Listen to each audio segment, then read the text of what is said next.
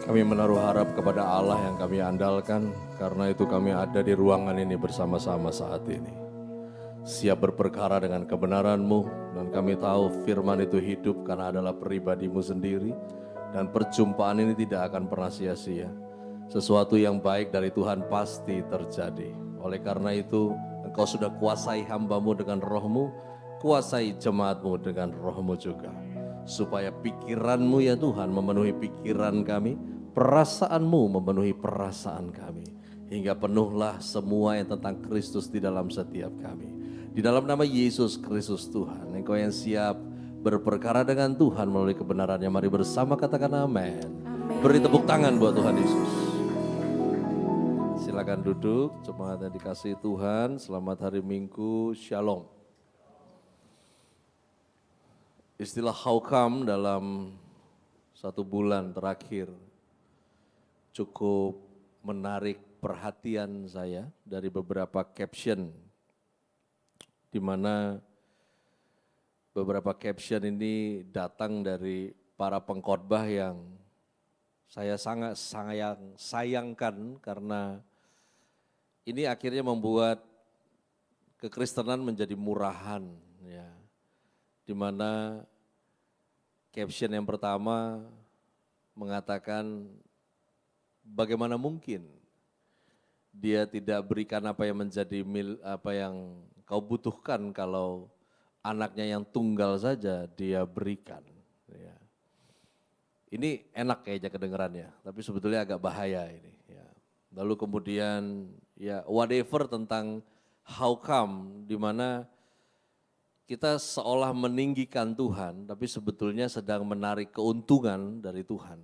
Dan kondisi ini sebetulnya cukup lama di Indonesia, karena faktor di mana pengetahuan akan Tuhan dan pengenalan akan Tuhan yang tidak seimbang. Nah, pada kesempatan ini saya mau bagikan ada 6 perkara firman Tuhan tentang hal-hal yang harusnya menyadarkan Anda dan saya dari pengertian yang Tuhan mau Anda dan saya mengerti. Di mana apa yang kita ketahui tentang Tuhan itu tidak cukup untuk membuat Anda dan saya bertahan menjadi orang percaya. Sebab seringkali kejadian di luar dugaan karena pengertian kita hanya sampai pada apa yang kita tahu tanpa upaya pengenalan akan Tuhan. Dan akhirnya kita mulai berpikir keras akan situasi dan keadaan yang kita hadapi.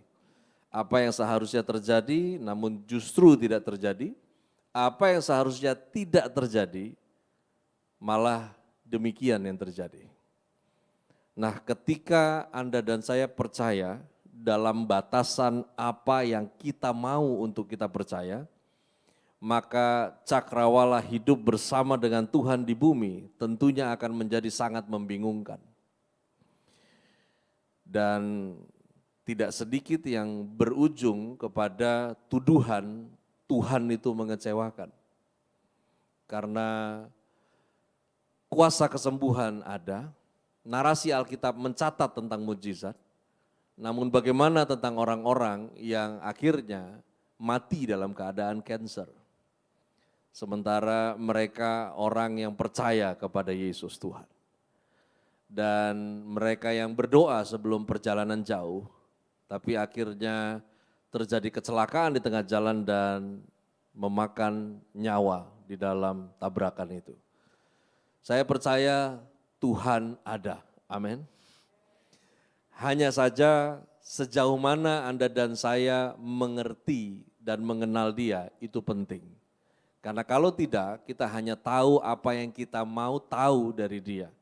Dan biasanya akan berujung dengan kekecewaan, sementara Tuhan tidak pernah punya agenda sedikit pun untuk membuat Anda dan saya kecewa. Yang pertama adalah kisah tentang Maria dan Marta. Saya tadi udah kirimin materinya, semoga udah diterima. Ya.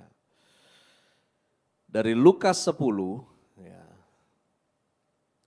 di mana kisah tentang Maria dan Marta ini seharusnya cukup untuk membuat Anda dan saya paham bahwa Tuhan itu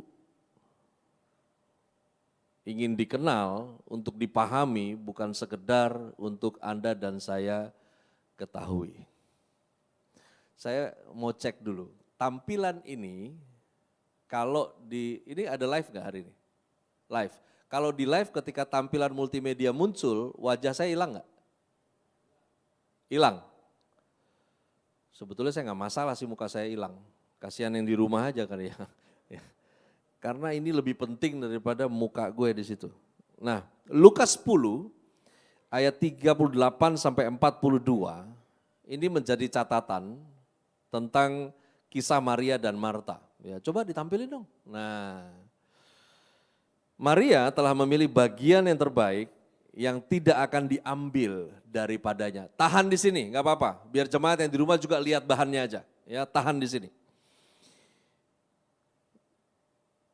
Jadi Maria atau jadi Marta, mana yang benar, bukan itu yang penting. Tapi harusnya sebelum menjadi Marta, harusnya menjadi Maria terlebih dahulu. Karena apapun yang Anda lakukan buat Tuhan, tanpa mengenalnya lebih dulu, maka Anda akan kecewa ketika ada hal yang tidak berjalan dengan baik, ketika Anda dan saya sedang melakukan sesuatu untuk Tuhan. Berapa banyak orang yang akhirnya pindah-pindah gereja karena faktor bersinggungan sementara dia sudah ambil bagian dalam pelayanan. Kenapa itu terjadi? Karena faktor di mana orang tersebut tidak memulainya dengan pengenalan akan Tuhan. Dan ini terjadi ketika Lazarus mati, saudara daripada Maria dan Marta. Responnya berbeda. Dari Yesus datang, Marta isinya komplain, sementara Maria diam. Yesus datang lalu kemudian Marta bilang, coba dari kemarin saudara saya nggak mati. Ya. Lalu kemudian Yesus bilang, tenang, dia akan dibangkitkan. Lalu kemudian Marta bilang, ya gua tahu dia akan dibangkitkan di akhir zaman kan. Perempuan yang tidak punya pengenalan akan Tuhan, mulutnya rica-rica cuy. Ya. Sementara Yesus bilang dia akan dibangkit, itu dia jawab terus, encounter terus. Sampai akhirnya Yesus bilang begini, pindahkan batunya, geser. Kembali dia encounter. Dia bilang, sudah bau, sudah berapa hari. Ya. Ada aja jawabnya. Ketika Anda dan saya lakukan yang sama, sibuk untuk melakukan tanpa pengenalan akan Tuhan, maka sikapmu dan sikapku akan jadi sama dengan Marta. Oleh karena itu yang Yesus bilang bagian yang tidak dapat diambil dari seseorang adalah pemahaman dan pengertian. Kita di Indonesia ini besar dengan sekolah metode menghafal. Biasanya anak-anak pintar suka menghafal, anak-anak cerdas kurang suka menghafal. Saya masuk dalam golongan yang cerdas. Ya. Dan biasanya yang cerdas tidak betah untuk duduk diam. Biasanya yang pintar dia lebih rajin, duduk diam mencatat. Saya dari kecil memilih untuk duduk diam dan mengerti. Dan setelah saya mengerti, saya tidak mau diam. Ya, mulai ada aja kegiatannya yang lain. Kamu hafal, satu hari kamu lupa. Kamu ngerti, itu gak bisa dicabut dari kamu. Karena kamu ngerti. Dan ini yang Yesus bilang, Maria tahu apa yang harus dia pilih. Dan ini pilihan terbaik. Oleh karena itu, seorang yang hafal tanpa upaya memahami, gak mungkin kamu ngerti artinya. Di Filipi 3 ayat 7-14, saya mengambil paralel dari pemahaman ini. Di mana dari narasi Filipi 3, 7-14, saya merangkum kurang lebih, di sini Paulus mau sampaikan bahwa pengenalan akan Kristus adalah pengejaran hidup yang nantinya berakhir dalam keserupaan Kristus. Pelan-pelan, saya bacakan highlightnya dari Filipi 3, 7-14. Pengenalan akan Kristus Yesus Tuhanku lebih mulia dari semuanya. Yang ku kehendaki ialah mengenal dia dan kuasa kebangkitannya dan persekutuan dalam penderitaannya di mana aku menjadi serupa dengan dia dalam kematiannya. Aku mengejarnya, Aku melupakan apa yang telah di belakangku dan mengarahkan diri kepada apa yang di hadapanku. Filipi 3 ayat 7 sampai 14 adalah narasi dari isi surat Paulus kepada jemaat di kota Filipi. Sementara Paulus berada dalam tahanan penjara karena penolakan pemberitaan Injil. Dan di sana untuk di ayat 7 sampai 14 dia sedang sampaikan mengenai betapa mahalnya pengenalan akan Kristus. Semoga tidak ada pengkhotbah yang ngawur di sini khotbah dan coba-coba ambil dari Filipi 3, 7, 14 lalu kemudian mengatakan lupakan apa yang di belakang dan ke depan, lupakan masa lalu dan no. Di sini Paulus nggak bicara soal masa lalu. Di sini Paulus bicara tentang pengenalan akan Kristus. Paulus bilang begini, apa yang dulu saya anggap sebagai keuntungan, hari ini saya bilang itu kerugian. Karena pengenalan akan Kristus, saya bisa bilang apa yang dulu untung, hari ini rugi. Dan Paulus bilang apa yang dulu saya anggap untung, hari ini saya anggap itu sampah. Lalu kemudian Paulus bilang, aku mengejarnya. Lalu kemudian Paulus bilang, aku lupakan yang di belakangku dan mengarahkan diri kepada yang di hadapanku. Maksudnya gini loh, segitu pentingnya itu pengenalan akan Tuhan, sampai-sampai itu harusnya jadi prioritas Anda dan saya. Dia bilang bahwa ini ngelebihin semua keuntungan yang ada di dunia. Dan pengenalan akan Tuhan tidak bisa dilakukan dengan cara yang santai. Paulus bilang saya kejar, kamu juga harus kejar. Lu gak bisa nyantai terus tiba-tiba lu kenal begitu aja gak bisa. Kamu harus upaya. Pengenalan akan Tuhan itu mestinya jadi agenda utama yang dilakukan dengan ketekunan. Sampai-sampai Paulus bilang tentang aku berlari lalu kemudian melupakan yang di belakang. Maksudnya begini loh, tiap kali saya bangun saya mau jadi orang yang pengen kenal Tuhan lagi. Apa yang saya kenal tentang Tuhan kemarin, saya mau bilang it's not enough. Hari ini saya mesti kenal Tuhan lagi. Hari ini saya harus kenal Tuhan lagi. Di perjanjian lama disebut dengan kata beroleh hati bijaksana. Dengan menghitung hari-hari. Ini bukan tentang Anda jago untuk ngerobekin kalender kertas, bukan. Ya. Orang yang hitung hari-harinya akan beroleh pengertian. Bijaksana pengertian. Kalau Anda ngerti, hidup ini jadi lebih mudah. Kalau kamu nggak ngerti, tekanannya jadi lebih berat. Karena kamu nggak paham. Yang kedua adalah kisah tentang Ayub. Kisah tentang Ayub seharusnya cukup untuk membuat kita paham bahwa Tuhan itu berdaulat atas kepemilikannya. Saya belum ketemu orang yang lurus banget kayak ini. Ya. Kitab Ayub adalah kitab yang tertua dari seluruh kitab di dalam Alkitab yang ada di tangan Anda. Kitab Ayub adalah kitab yang paling lama diterjemahkan prosesnya ketimbang seluruh kitab yang lainnya. Karena kitab Ayub menggunakan bahasa Sanskerta Aram. Itu di atas level bahasa Ibrani. Cukup rumit untuk mengertinya.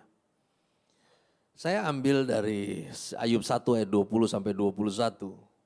Di mana situasinya udah makin mencekam. Bangkrut, sakit penyakit pada tubuh, istri materialistis, lalu kemudian teman-teman rohani yang datang bukan menguatkan, justru menjatuhkan.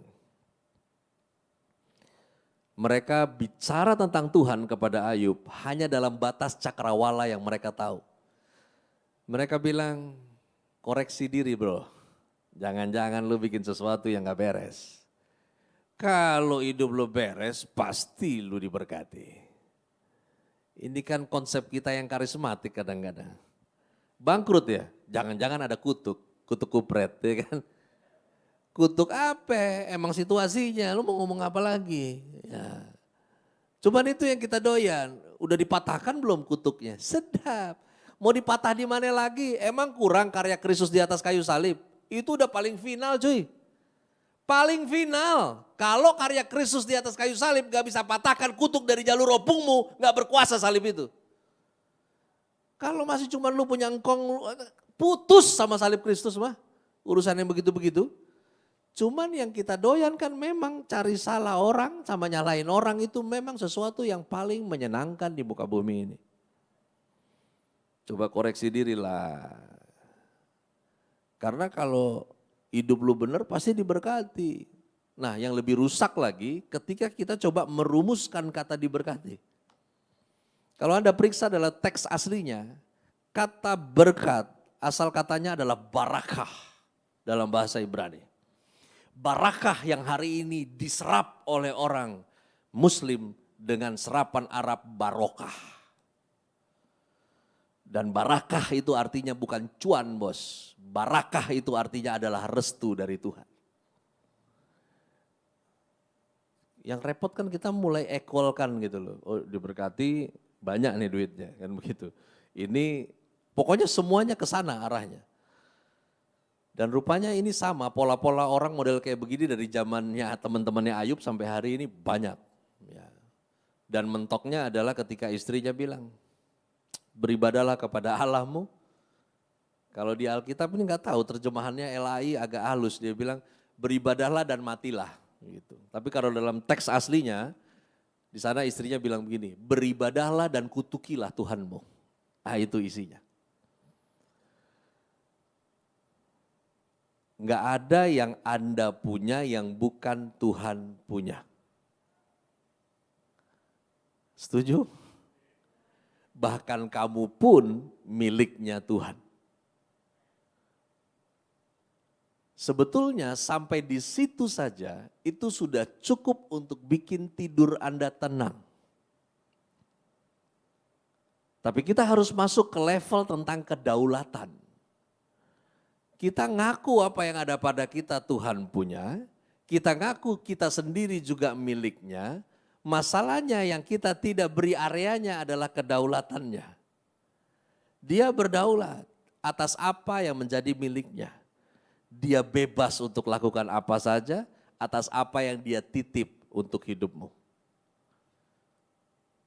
Dan Ayub tahu itu dengan proses kondisi yang parah.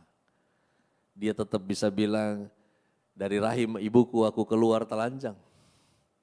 Allah yang memberi, Allah yang mengambil. Terpujilah nama Tuhan. Inna ilahi wa inna ilahi rajiun. Itu translate-nya.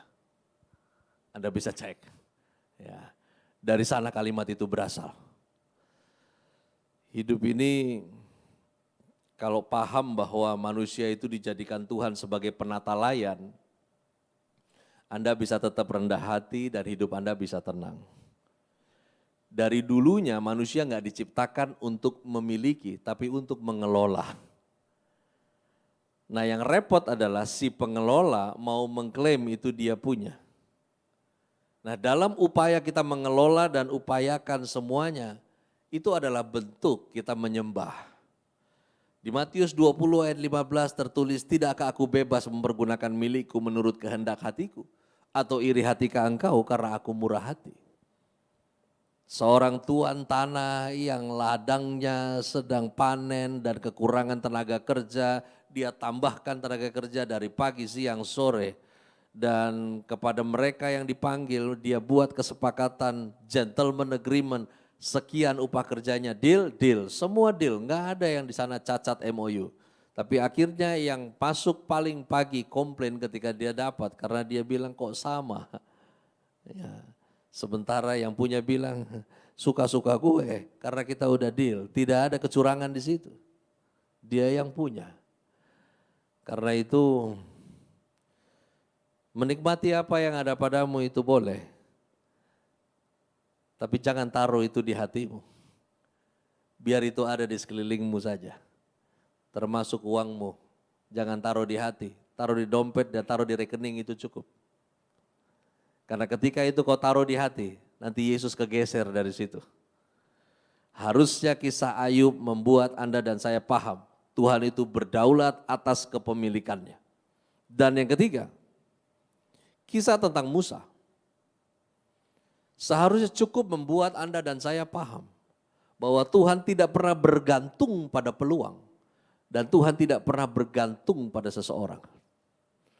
Di dalam Keluaran 4 ayat 1 sampai dengan ayatnya yang kelima. Di sana Tuhan berfirman kepadanya, apa yang ada di tanganmu? Dan Musa menjawab, tongkat. Ini narasi yang luar biasa.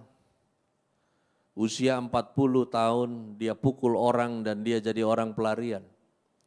Dia menikah dan ayah perempuan itu sangat baik hati untuk menerimanya di tempatnya.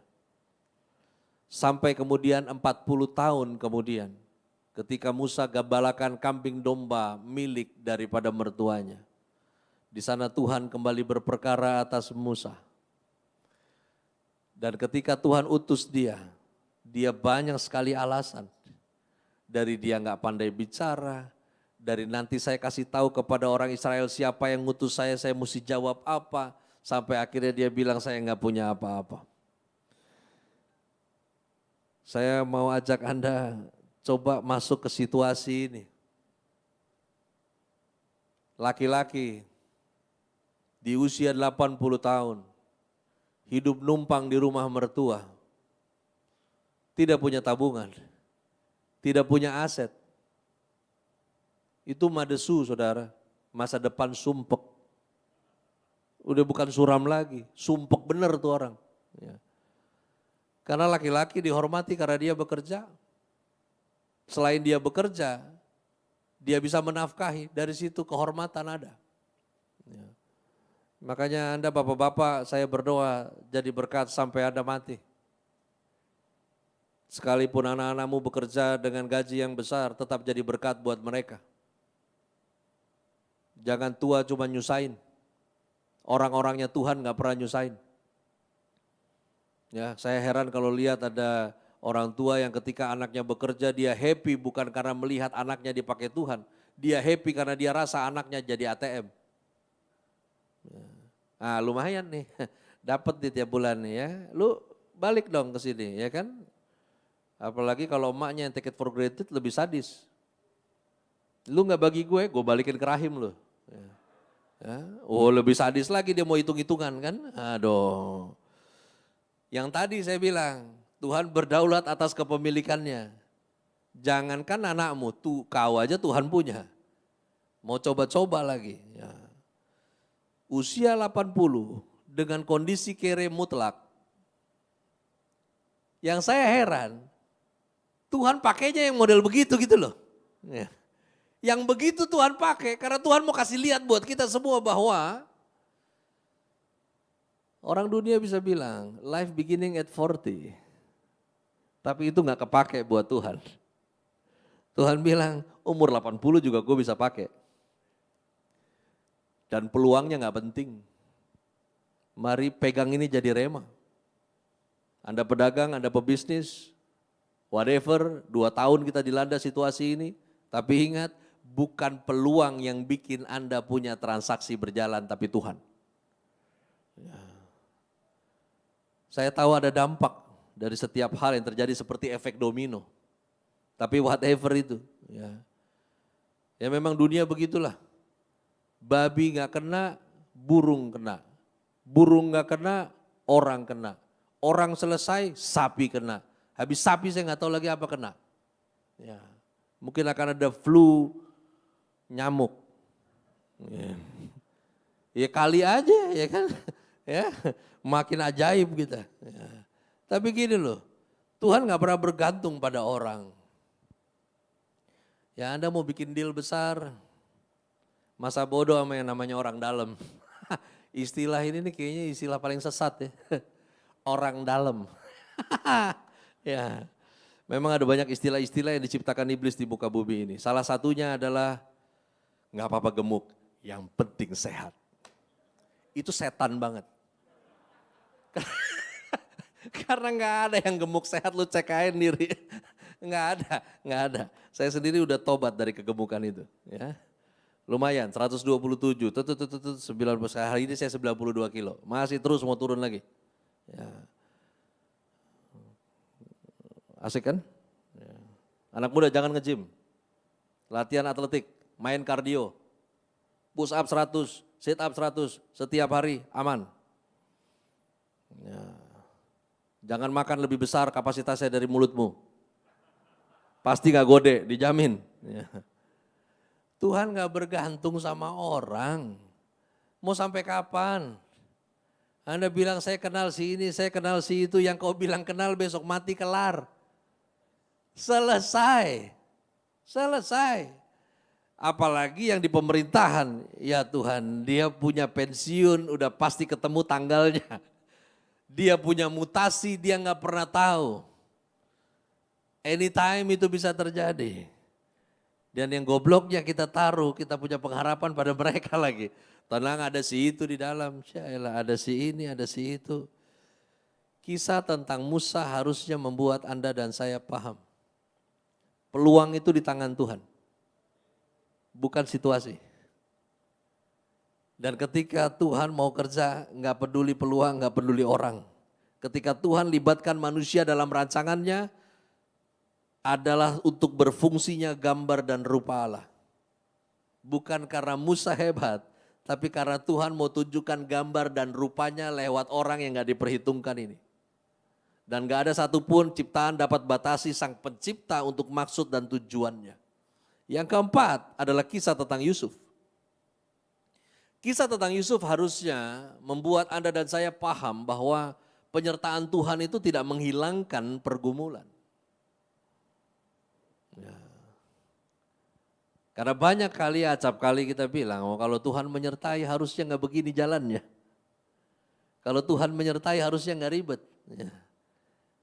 Kok sepertinya waktu awal itu Tuhan pimpin seperti kita lebih daripada pemenang di tengah-tengah. Kok kayaknya kalah enggak, menang enggak. Ini enggak jelas. Ya. Kamu pernah, saya pernah ngalamin. Ya.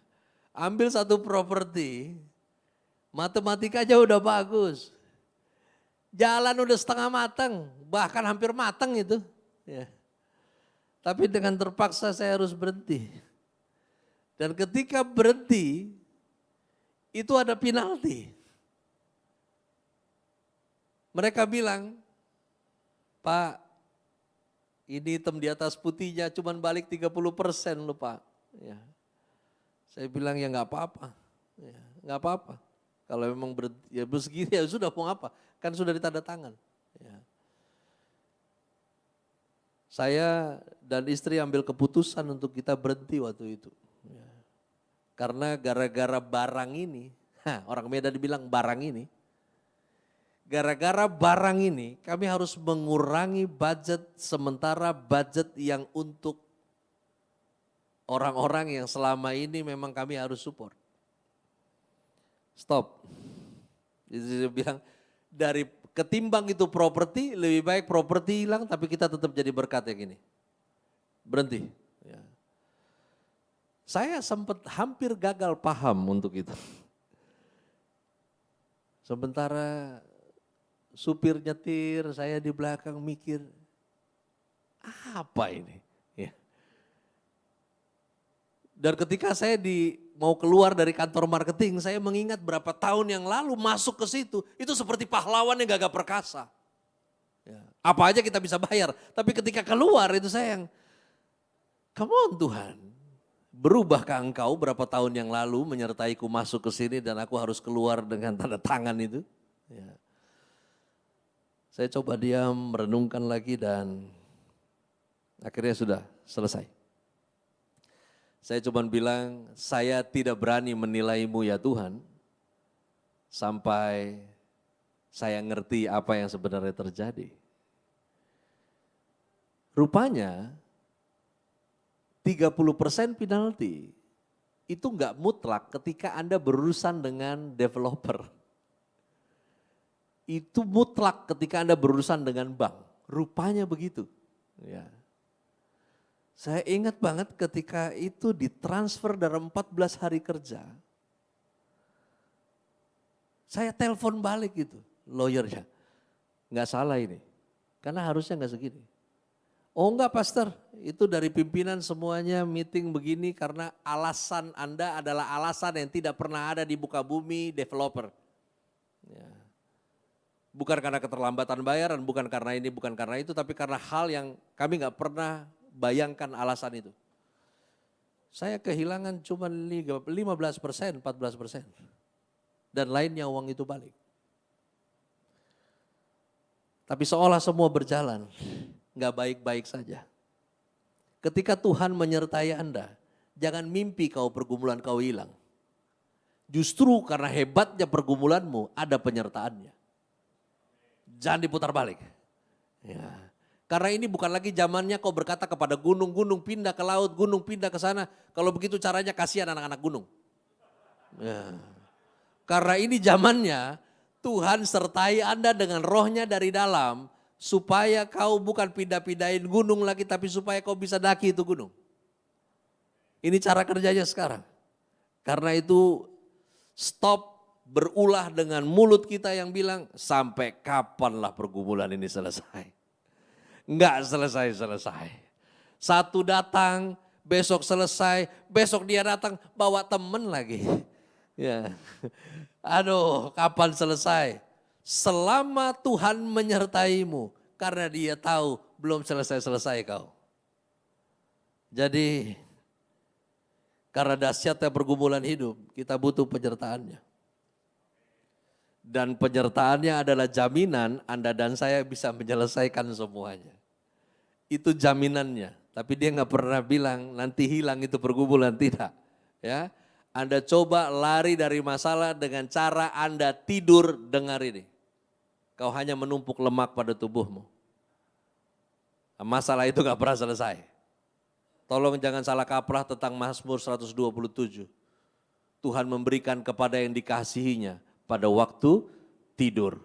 Jadi mari tidur. Ya. Kisah Ester, wah kisah Ester. Bapak Ibu, kisah Ester yang saya sayangkan di orang Kristen itu cuma doyan niru doa puas saja. Sementara nggak pernah paham dengan story-nya. Ya. Kisah tentang Ester harusnya membuat kita paham bahwa Tuhan itu menempatkan Anda dan saya untuk tujuannya. Once upon time, seorang ratu di PHK. Kemudian raja mengadakan kontes ratu yang baru. Dan seorang paman bernama Mordekai menaruh keponakannya bernama Ester ke dalam kontes tersebut. Kurang lebih 1 tahun dipersiapkan para calon ratu. Pada masa itu belum ada salon dengan teknologi. Ya, jadi untuk menghilangkan bau tubuhnya saja mereka harus dirempah-rempah selama 6 bulan. Saya percaya kalau ayu ibu-ibu Anda dipersiapkan setahun di salon pasti Anda ledes ya. Cuman itu kan sekarang udah canggih, kalau dulu kan belum. Ya, ya kalau sekarang teknologi lah dari benang tanam, tarik ini apa. Tunggu sebentar lagi akan ada coating body. Tunggu aja. Bentar lagi ibu-ibu akan di-coating dengan nano keramik ya. Ya. Senyum gak bisa balik. Ya. Nah, dengan caranya Tuhan, Ester kepilih jadi ratu. Ketika dia jadi ratu, semua sepertinya berjalan baik-baik saja. Sampai satu hari ada seorang aparat pemerintahan yang benci sekali dengan orang Yahudi. Dia merencanakan Holocaust pertama di muka bumi. Jadi bukan Hitler, ini orang nih yang pertama nih yang bikin. Ya. Lalu kemudian sampai akhirnya pamannya kena imbas. Juga turut menjadi sasaran, target. Dan paman memberanikan diri mendatangi Ratu Ester. Dia beritahu kalau bangsamu di luar begini, kamu juga jangan lupa, kamu kan juga satu bangsa dengan mereka, jangan sampai ntar ketahuan lu dibantai juga ada di dalam dan lain sebagainya. Lalu kemudian Mordekai minta supaya kamu menghadap raja lah, kamu ngomong kepada raja. Ya. Tapi Ratu Ester bilang nggak bisa, karena harus raja yang panggil saya, baru saya datang. Kalau saya datang ke raja itu nggak boleh. Peraturannya nggak begitu. Ya. Dah, Ester bilang begini, kalau begitu saya akan doa puasa bersama dengan dayang-dayang saya. Dan paman minta semua saudara-saudara kita orang Yahudi juga berpuasa di luar sana. Ini yang disebut doa puasa Esther, saudara. Ya. Ini untuk kepentingan orang banyak loh, bukan cuma urusan sakit mencret loh. Ya, Anda yang sepele-sepele doa Esther, ya, makanya mesti paham ini kisahnya. Ya. Lalu kemudian mereka berpuasa dan dalam prosesnya dipanggil raja dia. Terjadi komunikasi dalam beberapa momen sampai akhirnya at the end Yahudi nggak jadi dihabiskan. Justru pejabat pemerintahan yang melakukan fitnah politik tersebut itu yang digantung dengan seisi rumahnya. Dan posisi si pejabat ini digantikan oleh Mordekai. Dan mulai hari itu Yahudi masuk dalam pemerintahan saat itu. Dan setelah kejadian itu Mordekai mencanangkan sebuah hari raya untuk Israel, namanya Hari Raya Purim. Purim itu artinya undian. Yang makna dari Hari Raya Purim adalah undian kehidupan terbaik ada di tangan Tuhan. Yang saya mau sampaikan begini. Di mana Tuhan taruh Anda bekerja, Tuhan punya tujuan di situ. Di mana Tuhan taruh Anda dalam sebuah keluarga, Tuhan punya tujuan di situ. Amin ya. Satu ibu, satu bapak, kakak beradik, 5 orang mungkin, 4 waras, 1 error, haleluya. Tuhan punya tujuan kenapa kau ada dalam keluarga itu. Ya. Ya. Oh itu kan bisa terjadi, bisa. Yang satu pendeta, yang satu pengusaha, satu pendekar, ada, ya kan? Macam-macam, ya. Jangan lagi kau tanya kepada Tuhan dengan rumitnya keluarga besarmu dan oh Tuhan, ngapain gua ada di sini? Karena Tuhan punya tujuan kau ada di situ. Jangan tanya lagi. Dia punya tujuan kau ada di tengah keluarga yang I don't know, maybe toxic. Ya. Dan keren loh, Tuhan taruh kamu untuk jadi garam dan terang di tengah toksik. Ya. Dahsyat. Ya. Ya. Yang kakak beradik kalau yang error nih diajak ngomong selalu gak pernah lempeng sudut pikirnya. Ya.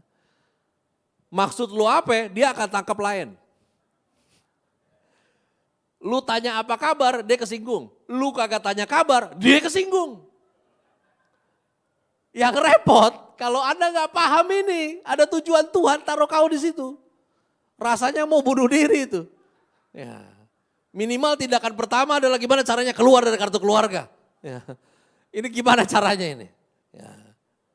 Belum lagi, orang tuamu sudah tua. Dan ini si error ini numpang orang tua. Tinggal tunggu tanggal mainnya, si orang tua mati, siapa ngurus dia? Ya kau yang ngurus dia. Karena itu Tuhan berkati kau lebih. Kenapa gak semangat lu, amin. Mungkin kau sedang bilang, untung di dia dong. Siapa bilang untung di dia? Apa yang ada padamu kan Tuhan punya, tadi ngaku. Tuhan bikin, gak apa-apa yang error ada sama lu, gue berkati lu nih. Ya, biar bisa urus si error. Wah sedap itu. Itu sedap, makanya Yesus bilang orang miskin selalu ada padamu. Itu Yesus bilang. Ya, selalu ada, aduh ketemu yang begitu tuh. Makanya stop mendoakan kebinasaan mereka. Ya kali lu sambil bahasa roh ya kan, biar mampus. Ya, udah stop marah-marah. Ya, nggak usah lagi bertanya-tanya kepada langit dan bintang dan bulan. Kenapa aku ada di tengah keluarga yang gila ini ya Tuhan. Ya, Tuhan punya tujuan buat kamu. Tuhan punya tujuan, enggak apa-apa. Setiap kamu beli apa, kamu punya saudara yang selalu iri sama kamu, selalu iri. Enggak apa-apa, memang itu karunia dia. Gak usah repot loh. Nih ya, kamu fokus saja. Tujuan Tuhan ngapain tuh kamu di situ? Ya. Buat Anda yang terlibat melayani di sini, ya, bukan karena orang tuamu ada di sini loh kamu melayani di sini. Karena Tuhan punya tujuan kamu melayani di sini. Jangan sakut-sakut pautin karena ada mak bapak gue jadi ke situ. Gak bisa kamu ikut-ikutan terus. Kalau mak bapakmu akhirnya mati, kamu mau ikut. Ya. Saya gak gereja lagi, kenapa? Udah mati, aku mati juga. Ya. Ya. Tuhan tempatin kamu untuk tujuan Tuhan, bukan untuk tujuan kamu anak muda. Lu boleh naksir orang, tapi itu harusnya gak jadi tujuan lu pelayanan. Ya.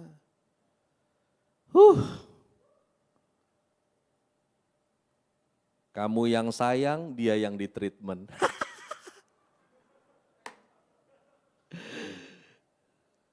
Makanya lu mesti kuat kayak orang Jawa.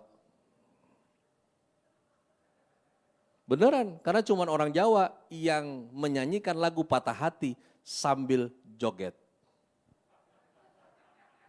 Makanya ada ambiar community kan. Bener. Tuhan tempatkan Anda untuk tujuannya. Dan yang terakhir adalah kisah tentang Pentakosta. Kalau ini masih agak hangat. Ya.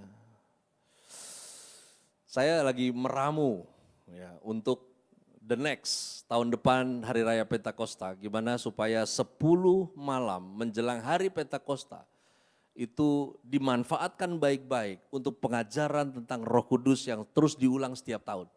Ya. Karena ada banyak. 10 malam itu hanya digunakan untuk akrobatik manifestasi. Ya.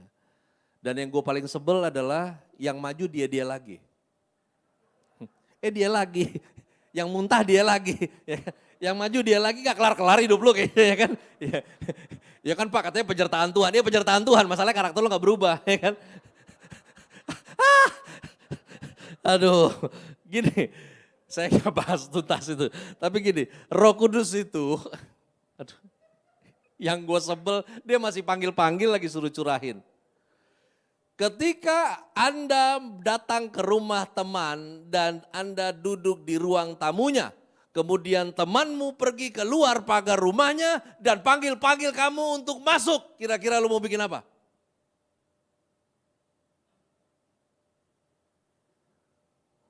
Ketika kamu bertobat dan beri diri dibaptis, kamu terima pengampunan dosa, saya terima pengampunan dosa. Amin. Lalu kemudian Alkitab bilang, dan kamu menerima karunia roh. Kenapa menerima karunia roh? Karena Roh Kudus tinggal di dalam Anda dan saya. Dia tinggal sekaligus menjadi meterai. Meterai apa? Meterai bahwa Anda dan saya mulai hari itu bukan milik diri kita tapi milik Allah. Itu meterainya. Dan siapa yang menjadi miliknya mengalami pemeliharaannya. Itu autonya. Jadi sekarang Roh Kudus ada di mana? Tinggal di dalam. Betul? Nah sekarang sehatkah engkau ketika kau minta dicurahkan kembali? Ya pikirain diri. Roh Kudus itu diberikan supaya Anda jadi saksi. Bukan supaya kau bermanifestasi cuy. Ya. Memang kau pikir bergetar-bergetar kau ketika memuji, menyembah, terjadi perubahan dalam hidupmu? Enggak. Ya. Ini yang menyebalkan kadang. Full. Kelar itu ngomongin orang lagi. Bagaimana? Yang model begini nih yang bikin iblis pensiun. Karena setan bilang ini ada yang lebih parah dari gue. Biarin aja yang model begini gak usah disesatin, emang udah sesat ya kan. Biarin aja ya. Ya nongkrong setannya bener ya. Roh Kudus itu diberikan untuk menolong Anda dan saya selama kita hidup. Supaya kita jadi saksi. Dan jangan abaikan itu. Karena akan ada harinya nanti. Roh Kudus yang akan bersaksi tentang hidup Anda di bumi. Itu Alkitab yang bilang. Roma 8:16 katakan begini, roh itu bersaksi bersama-sama dengan roh kita bahwa kita adalah anak-anak Allah. Memang ketika roh itu diberikan, kamu dimampukan jadi saksi. Tapi masalahnya ketika roh itu diberikan, kamu tidak berfungsi sebagai saksi. Satu hari nanti, Roh Kudus yang akan beri pengakuan tentang kamu ini ngapain. Karena secara iman, kita hari ini boleh bangga menyebut diri, saya anak Allah. Kalau dalam bidang hukum disebut yuridis. Tapi nanti ketika harinya tiba, Anda dan saya secara de facto hari ini belum anak Allah, baru yuridis. Tapi harinya nanti akan tiba, Roh Kudus bersaksi tentang kamu. Betul, ini anakmu, betul. Ya, jangan sampai ketika harinya Roh Kudus harus bersaksi tentangmu dan Roh Kudus bilang, anak siapa lo? Iya nggak tahu deh mirip apa kagak, ya kan? Ya, karena untuk ini semua, Anda dan saya jalani kehidupan bersama dengan Tuhan harusnya lebih indah. Saya percaya semua nggak akan baik-baik saja di depan, tapi yang saya tahu Tuhan itu baik. Ya, penyertaannya akan bikin kamu mampu dan yang paling penting hari ini saya mau sampaikan adalah miliki pemahaman dan pengertian pengenalan akan Tuhan yang gak pernah habis dalam hidup kamu. Karena setiap orang yang kenal Tuhan makin dalam, maka makin rilekslah hidupnya. Makin santai kamu. Ya. Saya harap Anda menyerap kata santai itu lebih positif. Ya. Hidup kamu lebih tenang. Karena kamu kenal dia. Ya. Coba deh Anda keluar kota, Anda keluar negeri. Anda di luar negeri lewat highway yang Anda gak pernah lewat. Kamu pakai mobil 7.000 cc, kamu gak akan pernah berani tancap itu gas habis. Sekalipun posisi kamu lagi di Jerman. Karena lu gak hafal, ini tikungannya mana? Gak hafal, GPS-nya bisa telat, tiba-tiba depan udah tikungan. Tapi kalau kau hari-hari di situ, kamu akan lebih tenang tuh lewati jalan itu. Sekalipun itu malam dan hujan lebat dan lampu dan kaca film mobil kamu 80%. Kamu tetap tenang. Karena kamu tahu, kamu ngerti. Dan itu yang Tuhan mau. Enggak hanya dia dikenal, tapi kamu ngerti dia. Mari kita berdoa. Terima kasih Tuhan Yesus. Sampai di sini hamba-Mu bicara dengan keterbatasan manusia. Namun disinilah kami boleh menangkap bahwa roh Tuhan saja yang berkuasa atas setiap kami, membuat ngerti, membuat paham, dan kami rindu terobosan itu terjadi dalam kehidupan kami untuk nama-Mu semakin-makin dimuliakan melalui setiap kami. Sehingga kami enggak hanya jadi orang-orang yang menerima hal-hal baik dari Tuhan, tapi juga semua yang baik daripada-Mu itu boleh terpancar dalam hidup kami dan itu sampai buat kehidupan banyak orang. Karena pengenalan kami akan Engkau, menjadikan hidup kami kuat, menjadikan kami tenang, membuat kami giat untuk melakukan segala sesuatu untuk-Mu, dan kami bertekun dalam pengharapan yang kami tahu bahwa kami menaruh harapan kami bukan pada apa yang kami harapkan, tapi kami menaruhnya kepada sumber pengharapan itu sendiri.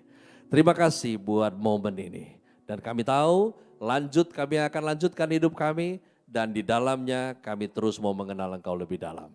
Yang percaya di dalam nama Yesus Kristus Tuhan, mari bersama katakan amin. Beri tepuk tangan buat Tuhan Yesus.